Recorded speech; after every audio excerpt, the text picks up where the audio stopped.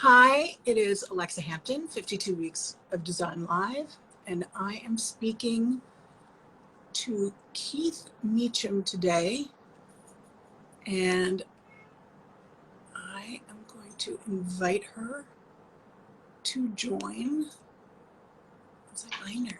I saw her a minute ago. It's Smythe. There we go. Reed Smythe and Co. The Co. No, Reed Smythe Company. There we go. Hi. Hi. Look, we're both big glasses women today. Can you see me? Can you hear me? I can do both. Yay! I know. I'm going to turn up my volume though. I love red glasses. What? I love red glasses. Yeah, they're great. Pretty crazy, right? They're a little bit smudged too. I know. I can see myself. I can see you really well. I can see myself with lots of little. Right. Swipe down, and the comments will. Oh yeah. Come off of you. Okay. Perfect. Yeah. So first, Keith, hello. I am so happy to see you, and oh, you're frozen. Hi, everybody. While Keith is coming back up to speed, she and I are hosting an event at her store in Nashville to coincide with the Nashville Antique and Garden Show, where I will also be speaking. Oh, I lost her, but she'll come back. And I couldn't be more excited. I'll try her again. I know we're going to get this right. Come on. There we are. I'm back. You're back. Yay. Okay. I'm not going to do anything. I'm just going to sit where I am. Don't I look like I'm wearing a fez? Yeah, you do look like you're wearing. I look like an organ grinding monkey. I need to rethink that. You look glasses and your lipstick match. Ish. You know, I'm not one for subtlety. I'm sort of envying the red that you've got going on in that room, and I want to add some red in this room. Yeah, I hear you. These shades are actually hot pink. Again, you can sense a trend, but once the bulbs were turned on, they calmed down a lot, and I was like, okay, because I was very worried I had jumped the shark or done something worse. But Keith, first I want to tell you that my mother's name is Duane. She too has a man's name, and I know another friend of our family whose name is Bruce. Oh, I will tell you that my mother was drafted for Vietnam. You're kidding me. No. And she had to go. Kicked ass. She would have. But, you know, nail breakage, bad hair, it's not something she would want. But she had to go to the draft place to say, like, not male, my name is Duane. Has being a Keith been tough? So, well, first of all, the origin of my name is that my parents did not want a boy. That's always the question. Like, did your mother and father want a boy? No, they did not want a boy. My grandmother's maiden name was Keith.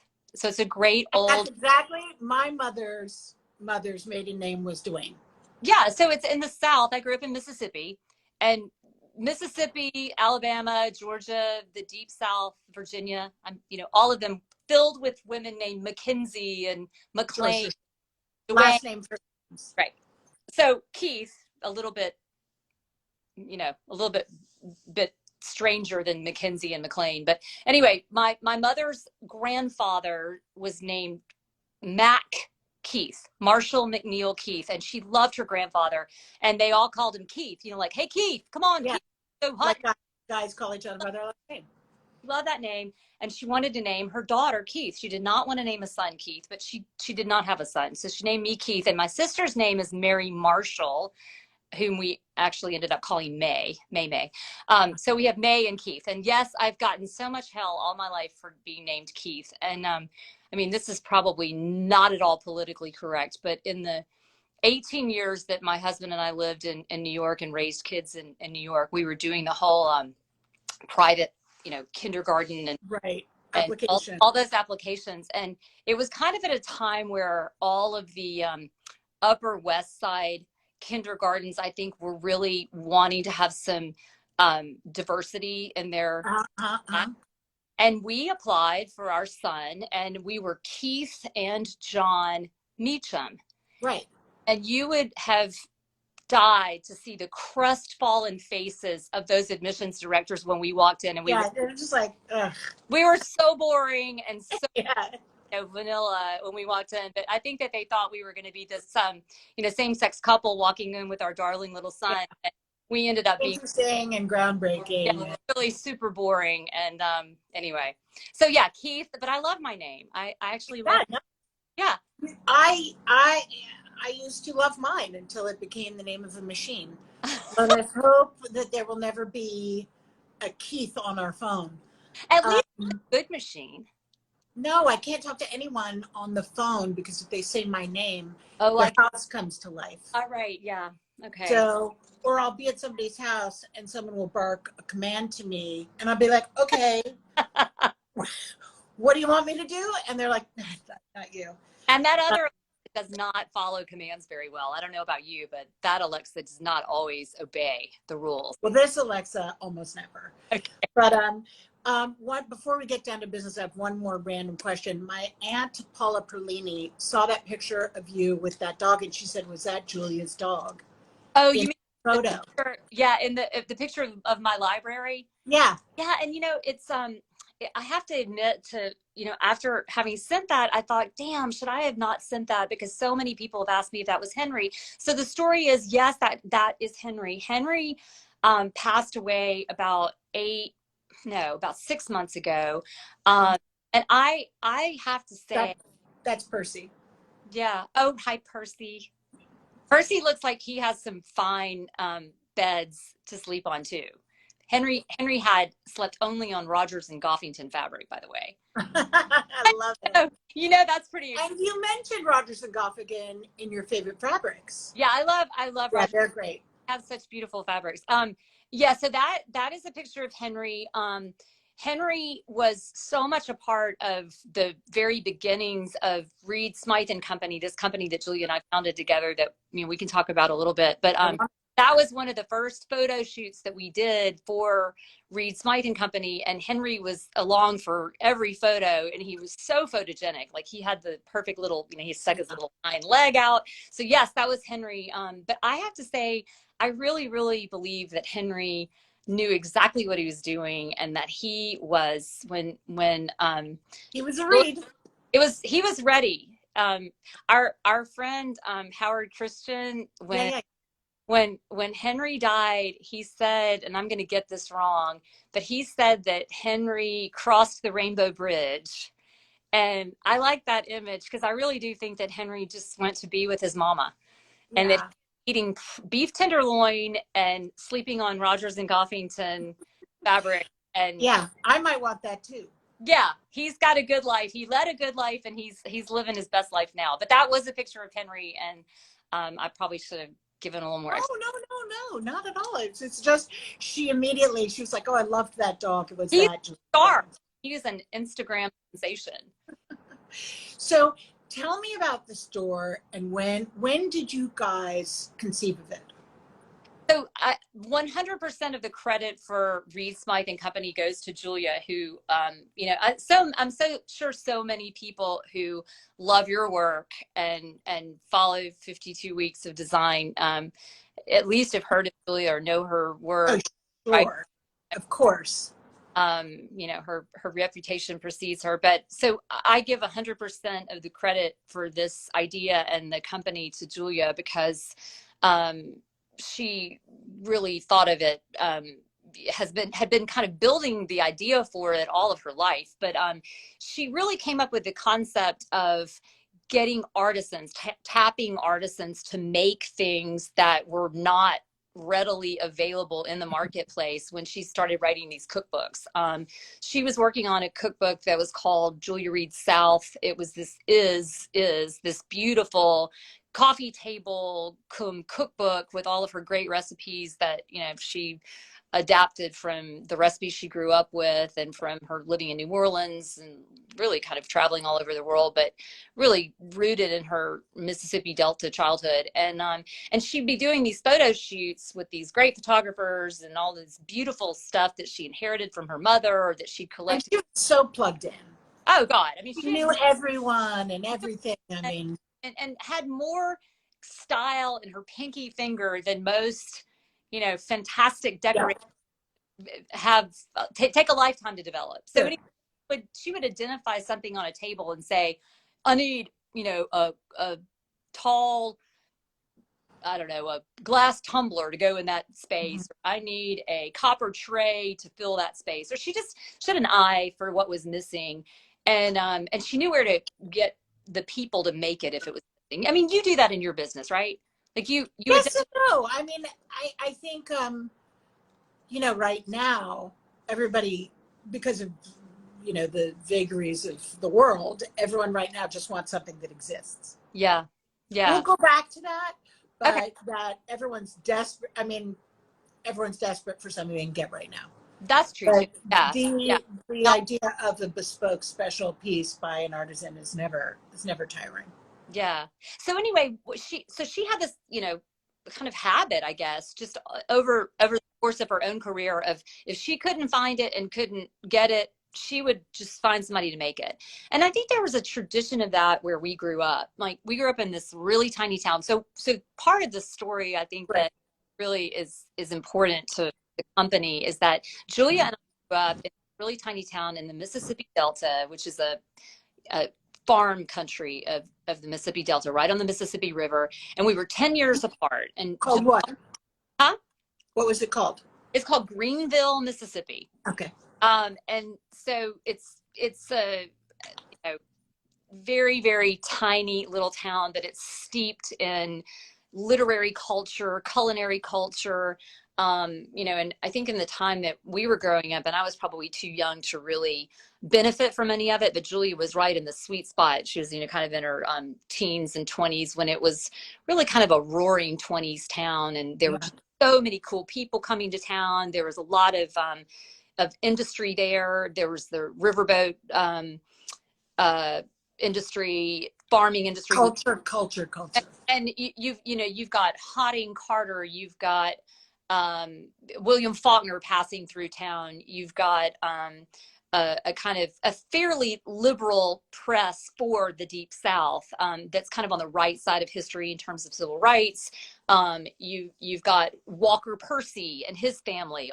William Alexander Percy, goes way back for the town, but it's a very sophisticated town to be a teeny tiny town in Mississippi Delta. So anyway, we grew up in the same town. She's 10 years older than I am. So growing up, I knew of Julia, oh my God, Julia Reed. And so we're at all the same Christmas parties. She's very good friends with my uncle, my dad. She's probably partying with my parents while I'm, she was always laughing at, I'm upstairs at the Christmas Eve party, drinking the milk and cookies and, down the banister, people drinking. Sound of music. Yeah. And Julia's in the middle of the party dancing. And then years later, when my husband and I moved to New York, Julia kind of ran this great salon on 78th Street when she was working at Vogue. And we moved to New York because my husband worked for Newsweek, and Julia did, freelance for Newsweek. And so she first really re-met me as the child of my parents, and she knew my parents. She didn't really know me through my husband. And we ended up getting to be really good friends, and we found, kind of common ground in our Mississippi background, but we also found common ground in the fact that we loved to entertain. We loved to put together houses. We loved to fuss over fabrics and, just decorating. I mean, and it's also feels like a very Southern, hospitality and in your house and creating welcome and so we spent an enormous amount of unpaid hours throwing parties and decorating each other's houses with absolutely no training and really no know-how. And I loved your story about calling you from Lucullus. Okay. And being like, you're getting these chairs, or I am. Hop to it. Yeah, well, she was, there was a sort of Pygmalion element to our friendship that she really did take me under her wing as this younger Mississippi girl who landed in the city, didn't really know a whole lot about what I was doing. I had landed in this kind of high-powered journalistic world without the benefit of really knowing anybody in it. Yeah. So we both, John, my husband, and I felt really kind of out of our depth. We graduated from college. A couple of years later, we land in New York. We don't know anybody, and she really just took us in and said, "I'm going to show you how to do it." And that's great. It can, over time, it can be tricky because you kind of want to grow up and you want to be an equal. I don't want to grow up. Yeah, we had our frictions over that, but yeah, so she would constantly tell me exactly what I needed to do and what I didn't need to do, and I loved it, for years and years. I remember one time, you'll like this, when we got our first big person apartment. Like we moved to New York, and we had an apartment on 22nd Street, and we had a Murphy bed, and and we gave huge parties for way too many people. And I remember we would move the furniture out. We had some neighbors across the hall who lived in this teeny tiny studio apartment with 2 kids, and I think they had this like crazy bunk bed system built. Parents slept up top. Anyway, we would move our apartment, for all of our furniture, out of this studio apartment with a Murphy bed across the hall and have these big raucous parties in our 20s. And Julia would help us give the parties. But anyway, I got pregnant. We moved uptown to our first real apartment on 52nd Street. And I was very, very eager to get the place decorated. Yeah. I didn't have enough money to hire a decorator. And I didn't have enough money to really buy nice fabrics or anything. But I mean, it's the typical. Yeah, I was in my 20s and transit. And I also didn't know anything about what I was doing, but I was so impatient. There was no Rogers and Goffigan at that point. There was, oh my gosh. But Julia would keep saying, be patient, go slow. And I would not take her advice. And so one day she came into the apartment, and I had not gone slow. And I don't know, I think I looked in the physical New York Times, and there was an advertisement for somebody that made Roman shades. So I called this number, back when you had a phone. Right. And I called the number of this guy, and he might as well have been like Willie Loman. I mean, he came over to my house with these fabrics, and he was like, I can make some Roman shades for you. As long as you choose one of these fabrics, I can make them, and I can have them ready for you in 2 weeks. And I was like, that sounds great, right? It's going to be ready in 2 weeks. I'm having a party. I need some shades for these women. Yeah. So I picked the least offensive fabric. That's always a clue. Right. If it has to be couched in those terms. Okay, so pick the fabric, get the shades. They're hung 2 weeks later. Julia comes into my apartment, and she did not need pull her punches. She didn't even need to speak. There was an eyebrow. Anybody that knows her, she could lift her eyebrow like all the way up here. And she said, "What are those?" And I was like, oof, I knew, because I knew they were bad. Like the minute they got there, I knew that it was just stupid to have done this. And she just looked at me and she said, next time you're having a bonfire, first thing you put on top of it. Awesome. So anyway, she was really honest. And, I loved that about her, though, because sometimes it hurt my feelings. It made me. She knew from whence she came. Well, and also it made me honest about what was not working, both in my house or what I wore. But I mean, I'm making it sound like she was being mean. She was just honest. I mean, she was also honest about when you weren't being honest about yourself. And so anyway, I've gotten off track. So we formed this business together, and I came in she had this concept. And it was to support these artisans. It was to support these artisans, but it was also sort of selfish because we were like, we want to have all these nice things that we think. Yeah. But I mean, that's a great way to, that keeps you authentic, because you're not going to let riffraff in terms of product. Yeah. Your measure of beauty has to be like what I have in my own house. Shades, for example. But so I come in, I mean, so we've got this incredibly strong friendship by this time. We've been friends for 25 years. And all the while that Julia's been doing all of her work, her journalistic work, and really kind of digging more deeply into um, the food and design world. I was over running an ed tech company. I co-founded an education technology company with a very good friend of mine because my A work, what technology company? an education technology company. That's so great. Well, it's so totally random And so avant-garde.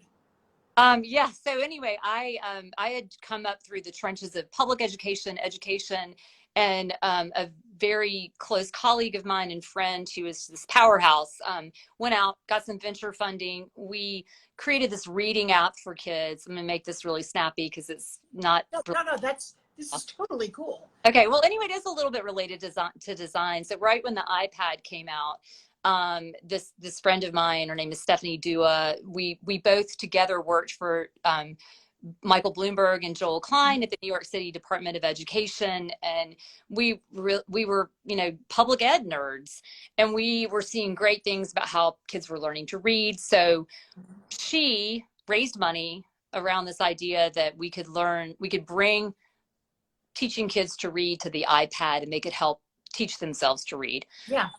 So anyway, I helped start this company, worked for the company for about 7 years. And as part of that work, more and more and more, I became part of the brand marketing and kind of web development, just learning how to market things online, learning how to present things to an audience that helps. Important skills, obviously, across the board, Right. whether it's education or Yeah. design. That's huge to know, and like that's an important business for everyone to have some sense of. And marketing. some sense is really the operative word because that's about all I had. I mean, Well, no, and I'm sure you have like way more skills than like a decorator does in terms of that. But it's so great to have those extra talents to bring to the party. so I had enough that I knew that Julia, if she wanted to get this business, which at the time she was calling Catfish and Henry, because Mhm. loved the symbol of the bottom feeding Mississippi catfish and then her dog Henry. So knew enough about web development, digital marketing, brand marketing to know what you needed to do to kind of get something off the ground. And so when I left Homer, the company that I said, well, I would love to help you get a website up and running and get a business plan and all that. And she said, well, if you're going to do this, I want you to do it with me. I want it to be yours too. Yeah. Which That's amazing. yeah, it was really an amazing gift that she gave to me. And so she was really, really adamant that she didn't want it to be Catfish and Henry anymore. She wanted it to be something that reflected a partnership between the two of us and that was equal. And I kept saying I wanted it to be Julia Reed and Company. And, I didn't want to be, that she was the marquee name and she had all this brand equity and everybody knew Julia Reed. And she said, no, I want it to be about both of us and our friendship. And so that's how Reed Smythe, because my maiden name, my dad's name, Yeah. the Mississippi Delta is. Again, we're transferring the last name again. Yep. So that's the long-winded version of the story of our company. But I love that. I feel like a lot of people come to design as a second career, and bring so much more to it because they're grown-ups and they know their mind.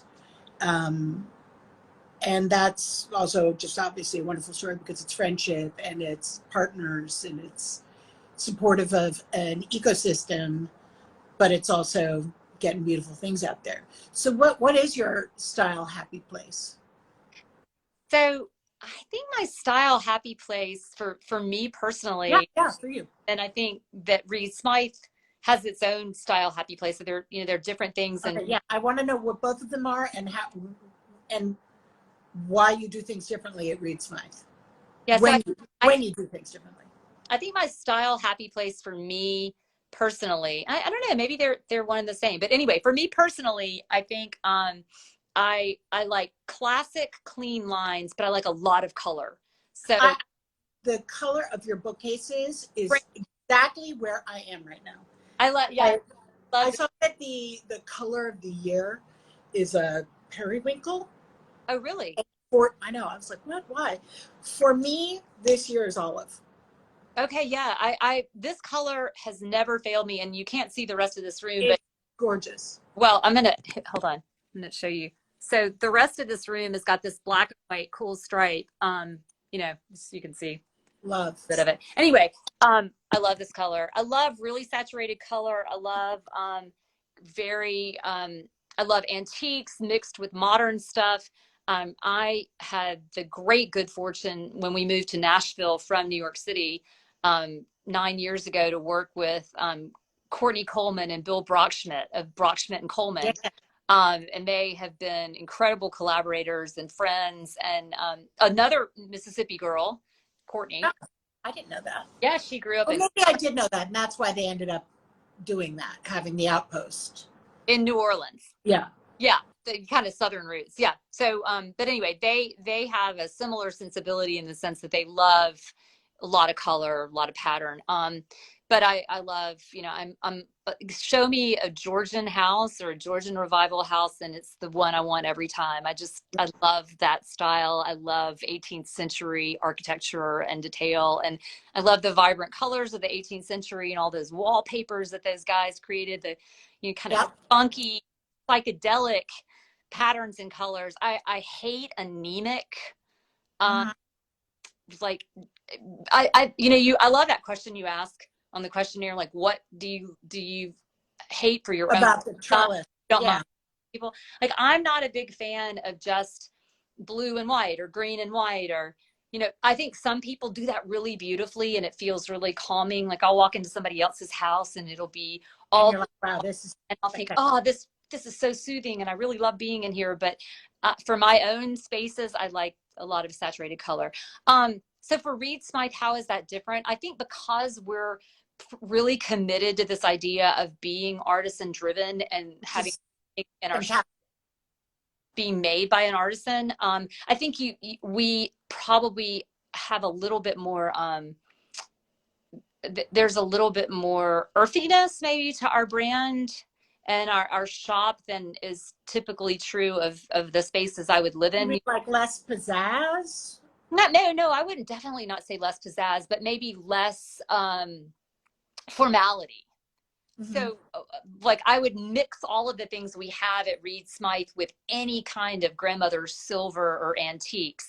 And at the store, the physical store, the bricks and mortar store, we're able to do a lot of mixing of our products that we're working with artisans to make with sterling and antiques and beautiful mirrors and kind of that high-low mix. But but the brand itself, because almost everything we sell is made by an artisan by hand, there's a little bit more of a honest and a simpler quality to it. Mm-hmm. So give me the range of things that you sell. So we sell, and it's always evolving and always changing, and we're adding things. Of course. Thank heavens. Yeah. Although we'll get to the whole idea of lead time and like. Yeah. So we sell glassware. We sell gorgeous colored glassware, and most of it is copied from glassware that was sold in the 18th century. And you probably know way more about 18th century glassware than I do. But those beautiful saturated colors that were really popular in century. So we have a collection of wine rinsers in those very typical, blue, cobalt blue, emerald green, amethyst, purpley color. We sell copies of Victorian bulb vases, forcing bulb vases. Really, really popular to force hyacinths and narcissus. And we sell these kind of antique goblets that people really, really love. Highball glasses. So made of glassware, all blown in Vermont by this fantastic glass blower that we've had a relationship with for about 5 years. We have a metal worker that we work with. For me, amethyst glass, like, I only ever want amethyst glass. I want full glass every which way. And I'm learning a lot about how glass blowing works and what the history of it is and how it, there's all this history behind crafts. So we have a coppersmith who works in copper, and we have different copper products. We have an iron worker who makes furniture. We have these great bar tables and garden tables, and we kind of make them in different sizes and shapes. And a lot of decorators will call and want to get a custom size, and we're happy to do that. We have a carpenter who does a lot of tables and mostly tables. We don't do chairs, stuff like that. And I feel like this model is a dying one, and I'm so glad you do it. Yeah, I mean, it's very, now we get to sort of the economics of it, right? The unit economics of handmade stuff are not good, right? Mm-hmm. I mean, and that's where right. supporting an artisan starts to become right. There's no economy of scale. There is no economy of scale, you know. And it was interesting, and I think I can share this. I don't know if she's on, but so Robert DeGrenier, the guy that is the glassblower we've been working with, and we have a great relationship with him. And he's not a he's an artist, and his main business is making huge installations. He does chandeliers and sculptures, and that's really his main his day job. Yeah, that's his focus, and that's really where you know, he wants to spend his time and energy. But that's a business that's commission driven, right? So he's happy to do this kind of steady work of blowing glass for our work, because we have steady orders, and we have repeat business. Right. But it takes him the same amount of effort, time, energy, expense to blow 10 goblets as it does to blow 100. So we're having this conversation all the time, like, how can I get economy of scale? If I'm ordering more, can I get, you know? And the answer is really, there is no economy of scale, because we're not making widgets. And so I think that I sometimes feel that way about decorating. Sometimes one will be approached and they'll say, well, you know, it's a really tiny job. Can it be done, you know, for less? Obviously, who doesn't want that? But it still takes up like a huge amount of effort and time and thought. So yeah, I totally get that. And so even though I'm having, like you are in your business, you have those conversations, because you do have to have those conversations, because there's a point at which something becomes so expensive nobody's going to buy it at all. And you would love to be able to provide a secondary or tertiary something, were it possible. Exactly. And so we have those conversations, but you know, at some point I just have to kind of find a sweet spot of price that people feel good about, and somehow try to honor the artisan and what it is they're doing and what their craft is, and then also honor the customer and say, okay, well, I'm not going to collaborate with this artisan and create something that's so expensive that people want it but they can't afford it. So that's kind of a fun part of the work, but also it can be hard, because it feels icky to talk to someone whose craft and art you really, really respect about unit prices. Of course, but you know, you're a business person. Yeah. And one of the things that I have experienced in doing this, because a lot of times what I'm doing now is, you know, we had a stable of artisans that we first started working with. And then each year I'm adding to that stable, or we're finding that, you know, a piece works for a season and then we want to move on to something else. But we have pottery. Like recently, here's a great example. I have a relationship with a mocha-ware potter. So I love mocha-ware. Yeah, totally. I've been collecting antique mocha-ware, which is really expensive. You know, you can spend $1,500 for a little mocha-ware cup. Sure.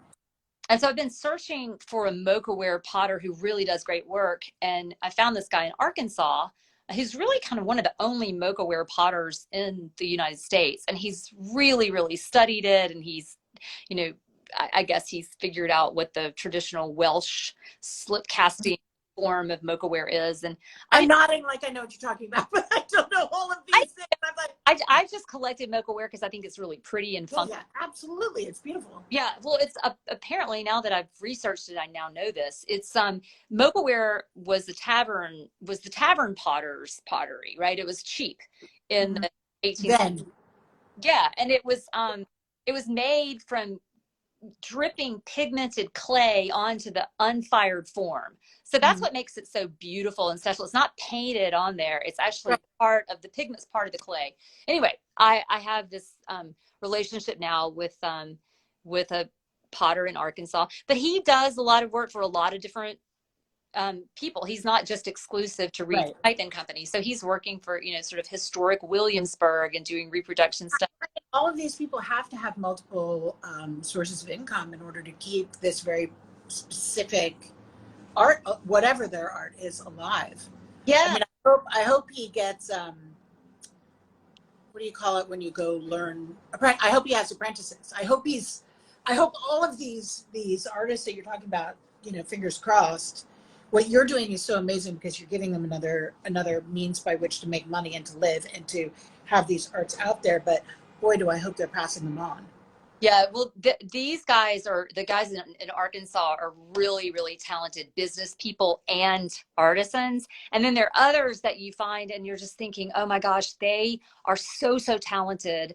And they really are, they just don't even want to know about business. And they're really, they really do benefit from having a relationship where somebody wants to be the person to market their pieces and collaborate with them. So it kind of runs nice and fair, and that they can feel in safe hands with. Yeah, and I'm really proud of having long-term relationships with all the artisans we work with. And the things that I love the most, and this is where scalability has become very, very hard, because people that follow us and buy from us, and we have a lot of repeat customers, and our business is growing really nicely. They want diversity. Like, people that have been buying things from us since the beginning want to see new things coming online, and I want to see new things because it's more fun. Yeah. But it takes a long time. It's a long tail project, right? From the original concept being developed with the artisan to getting it prototype. Concept to completion. Absolutely. Yeah. So there's a huge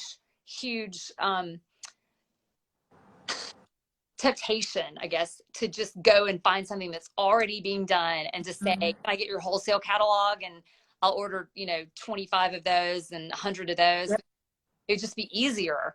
And I'm really, I'm really committed to not doing that, except with maybe some special things that are still artisan made, but are so beautiful that, I'd love to have them in my shop. Yeah. Those I probably wouldn't put on our website. Just those would be things that I just. Right. That's not, well, and this is where your marketing really is so helpful, is you understand that you are going to dilute the message. Yeah. If you go and get something out of a catalog that I'm ordering out of too, like the last thing I want to do is go to somebody's house and see the same accessories. Exactly. And I actually am constantly wanting to do an accessories line, and I do like little drawings for myself. I thought that would be fun, not knowing how they'd be made, but that it would have to be refreshable, because you see, you become stagnant. So do you have to, what is your turnaround? Not of any given one of these trades, but for Reed Smythe, how frequently do you force yourself to shed your skin and reform?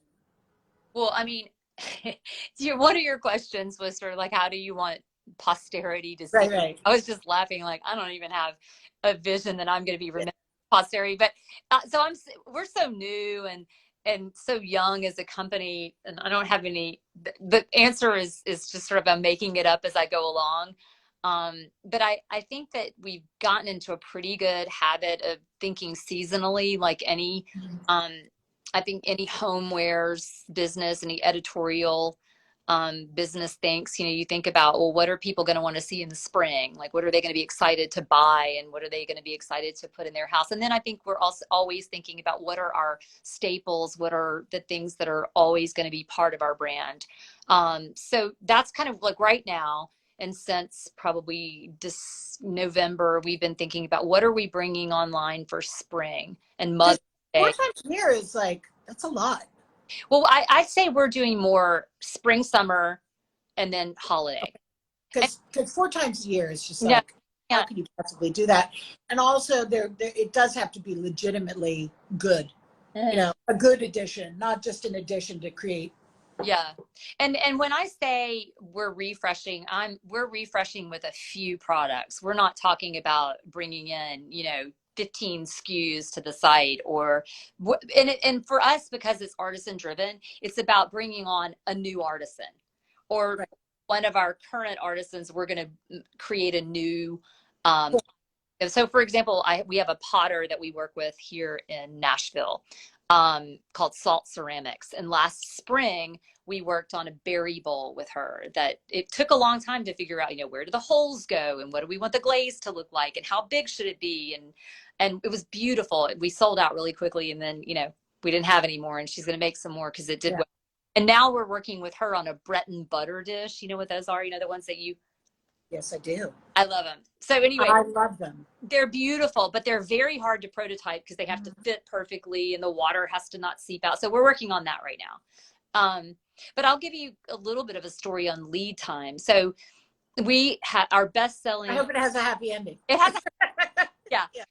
Our best selling product this year, this holiday, has been an oyster knife, a high polished bronze oyster knife, and it was made by an artist and who is genuinely a sculptor in New Orleans, who's a friend, and then another artisan who is a bronze worker in Houston, Texas, a family of generation of bronze workers. So those two people had to come together to produce this thing, and then we came up with the idea. So my team and me, we had this idea. We wanted an oyster knife. We wanted it to feel really good in the hand, and we wanted the handle to be shaped like an oyster.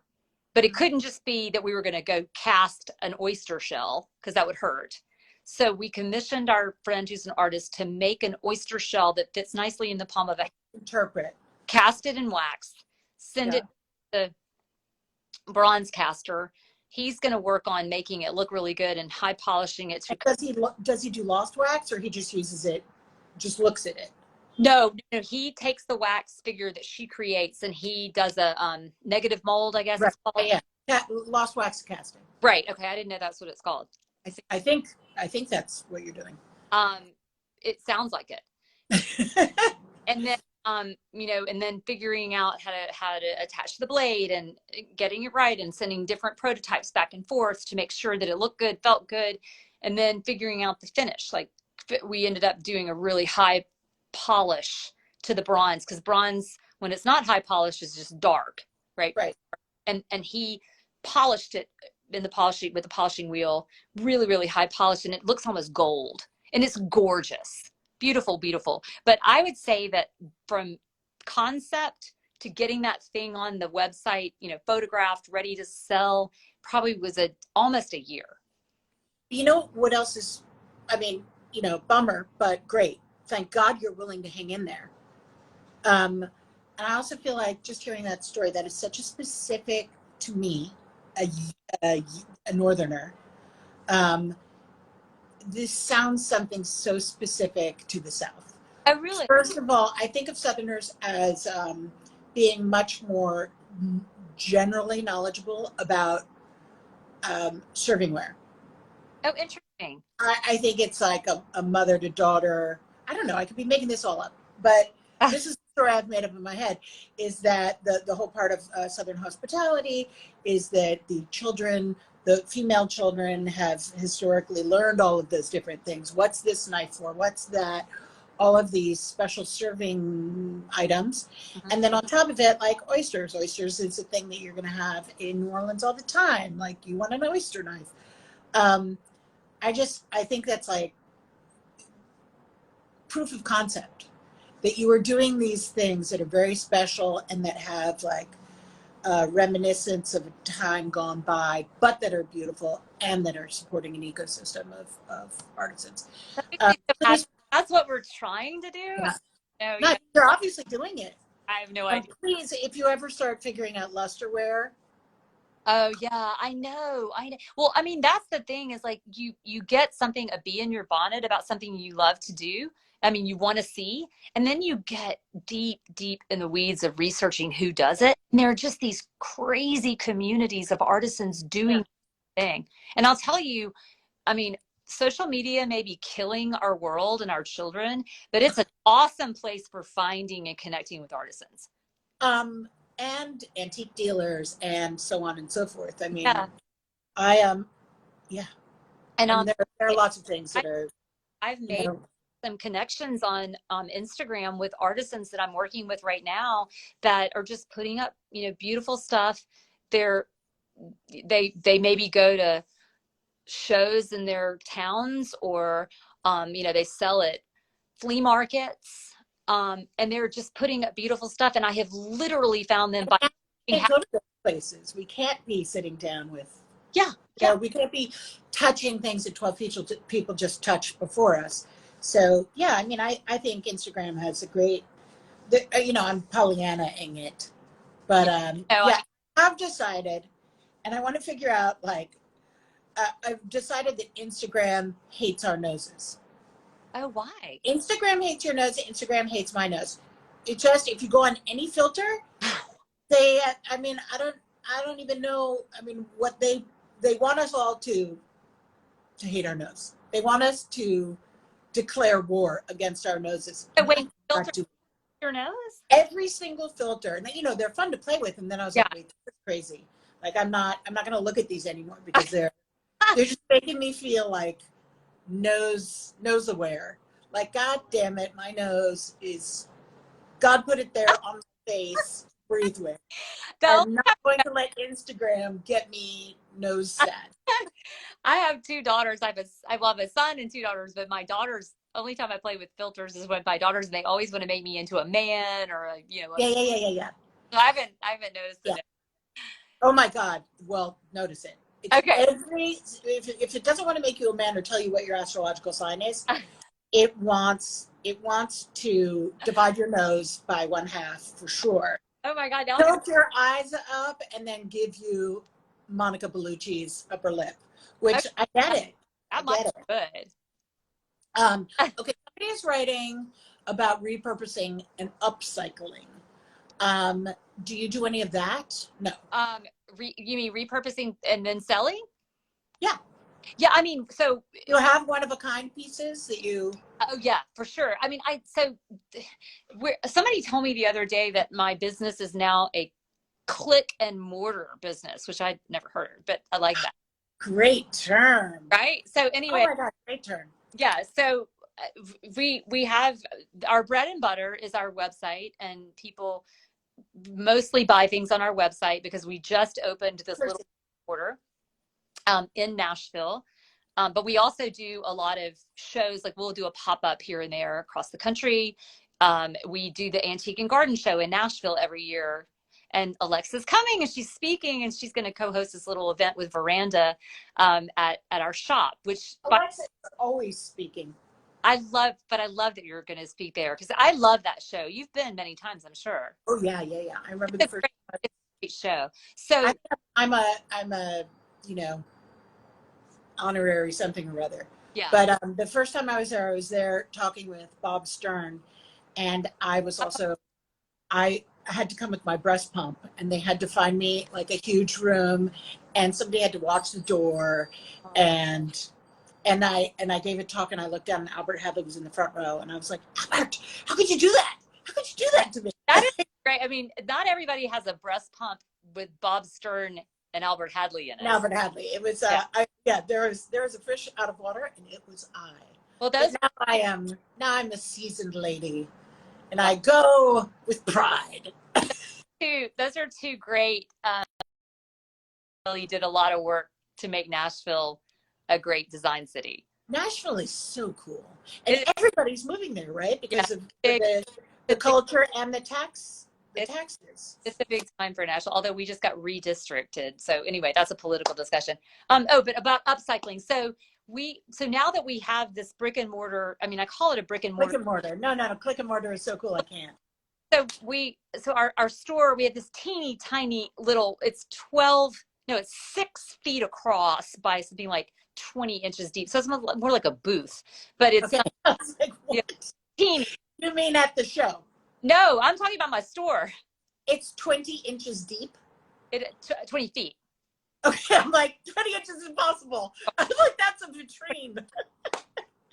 It's very, very small. It's a little jewel box. So really the reason we ended up getting a physical space is because our internet business was growing and we needed a fulfillment center and an office. So we needed to rent something. And so it made sense to rent something where we could also have during, the fourth quarter and the holiday season, we could have a store and pop up then. Right. And have special events and everything. During the off season, we're open Thursday, Friday, and Saturday, but we're not open the rest of the week. But the one thing that's been great about having a store is that it allows us to have antiques, one-off pieces. When you have an internet component, an e-commerce component, selling something unless you're first dibs, it's a lot of work to try to put one antique piece up, photograph it, get all of the dimensions, the description, and then you sell it, and then boom, it's got to be taken down. So by the way, yeah, I will talk to you after this. Yeah. There's a thing coming up that will take care of all that. Oh, really? Okay. A huge revolutionary thing. Oh. Well, I mean, I love to buy and resell pieces or find great things at all the but somebody just has to make it easier for you. Yeah. So anyway, I'm not right now upcycling on the site very much, but in our store and in the pop-ups that we do, we have lots and lots of one-of-a-kind pieces. I mean, we went to France last October and shopped the flea markets and the pews and I think Dara Capa Negro at Schumacher, they're starting to sell single, antiques pieces. And yes, Shiraz 1576, it is a new app and you're going to die. But I love what they're doing, by the way. They're magazine. I do too. I sent Dara a Happy New Year text being like, God, you're so amazing. That Frederick magazine is I love it. She's got stuff going on in her head, let me tell you. But it sounds like you do too. And it's I guess the great thing is that what we all consider to be business now has grown, and it's much more amorphous, and you can be doing what you're doing and then have a physical space or maybe have a pop-up or like it doesn't have to look like what it used to look like. Yeah, and it's I think having the courage of your convictions to kind of do what it is you think is right for you, it really works. I mean, I'm not saying that I'm going to scale my business to be some crazy. No, and you don't want to lose the artisanry of it all. Yeah, I mean, that's not what I want, but I want it to remain authentic to what I want. But one of the things I like about this is a brand new what do you call it? Vertical, I think people call it. Yeah, this is a brand new for me. So I haven't really been in the design world except that I've admired it from afar. I mean, everybody who cares about beauty is in the design world. Right, I think that's true, but I think you just haven't been charging for it. Exactly. One of the things I like about it though is that I feel like it's really collaborative, and people are not. I mean, people are definitely like, well, what do you do? I don't like that color. I don't like that pillow or whatever. I'm sure there's plenty of that, but I think people are by and large really, they kind of want to collaborate. They want it like this. I mean, like people want to talk about what they're doing and want to hear about what other people are doing. And I found it to be a really supportive group of people. Totally. And I have to tell you something. Everybody wants more beauty in the world. I have to tell you this little story. So my husband is a writer, and he did a biography of George H.W. Bush, and it's several years ago, but spent probably 15, 20 years of his life interviewing the Bush family and right. And so your father is the only interior designer my husband has ever heard of, really, except for Brock Schmidt, because he worked with them. But anyway, I frequently find him saying, that's very Mark Hampton, very Mark Hampton. So anyway. I love that. Am I going to meet your husband? Is he going to be at the event? Because I want to hear what he thinks is very Mark Hampton. I love that. I think his main very Mark Hampton comment has to do with the many houses that the Bushes have had that your father decorated, and a lot of blue. They always had those bookshelves behind their beds. And I think that's one of the things he loved the most, and loved to say that was very Bush specific. It may be that what he thinks of as very Mark Hampton is really very Bush. Well, they can share. Apropos of nothing, but just an interesting story. He painted the official White House Christmas card. Actually, he'd done it for Reagan as well, but then he did it for Bush, and he had done, this beautiful card of the Christmas tree in the Oval Office and Millie in their dog in the foreground, and sent it off, and they're like, we can't have an animal on our Christmas card, and he had to repaint it, which he did easily, but interesting, everything is interesting things. Yeah. It's 1:57. I don't want to keep you much longer. So anyone going to Nashville can go. You'll have a booth. Yes. Yes, we will both have a booth at the show. I don't know what booth it is, but we always have a big gilded paper mache catfish hanging in our booth. So if you're there, look for the catfish. Look for the catfish, and then our store is also going to be open during the show, and that's at 4304 Charlotte Avenue. Mm-hmm. And Alexa, I'm just so grateful to you for this time, and for. I'm so grateful. What are you talking about? I'm so grateful, and I'm so excited to see you in when is that? It's on a month. Yeah, it's like the weekend before Valentine's Day. So yeah, in a month. Yeah. So I will see you in a month. Okay. And I will get my roots done before. Oh yeah. My daughter told me that it's that this hair of mine is very 1980s frosted. What's wrong with that hair? Oh, she told me that I need to get it dark, and that it needs to be closer to my real color, and that get it done. I hope your daughter's not at the thing. She's everywhere. I was wearing my hair like this the other day, and my daughter was like, a side part.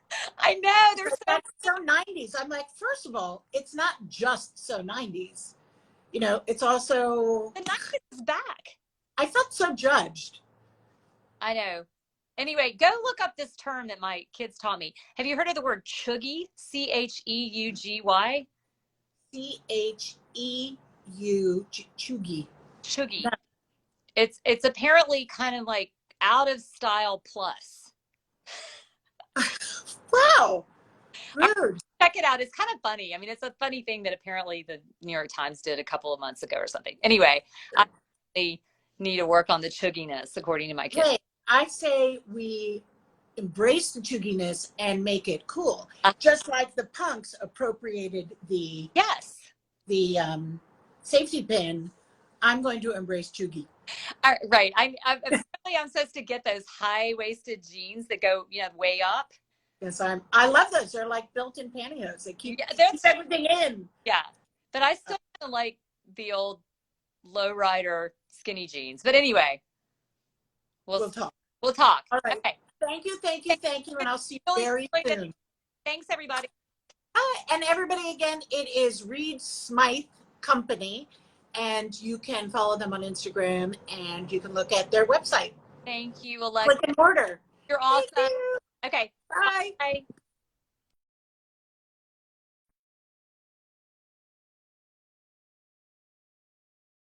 Bye-bye.